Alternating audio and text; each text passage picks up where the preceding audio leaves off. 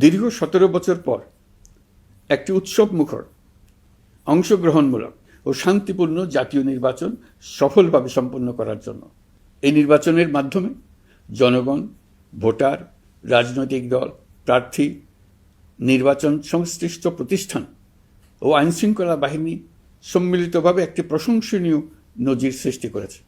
ভবিষ্যতে বাংলাদেশের নির্বাচন কেমন হওয়া উচিত, এই নির্বাচন তার একটি উৎকৃষ্ট উদাহরণ হয়ে থাকবে।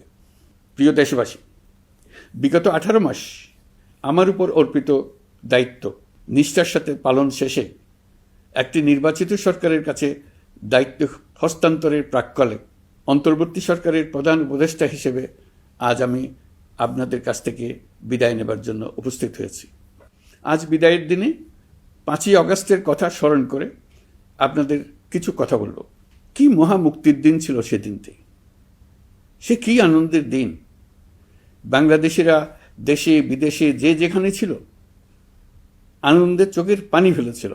দৈত্যের গ্রাস থেকে তরুণ ছাত্রছাত্রীরা দেশকে বের করে এনেছে, দেশ মুক্ত হয়েছে। কিন্তু দেশ সম্পূর্ণ অচল। এই অচল দেশটিকে কিভাবে সচল করা যাবে সেটা ছিল সবার মনে। অভ্যুত্থানের ছাত্র নেতারা ঠিক করল দেশকে সচল করার জন্য একটি সরকার লাগবে। সরকার গঠন ও চালাবার জন্য তারা আমাকে খবর দিল। আমি তখন বিদেশে, আমি দায়িত্ব নিতে রাজি না। তারা জাতির প্রতি কর্তব্য পালনের কথা বলে আমাকে রাজি করালো। 18 মাস পর এখন আমার যাওয়ার পালা। আমি আজ আমার কাজ হতে বিদায় নিতে আপনাদের সামনে এসেছি।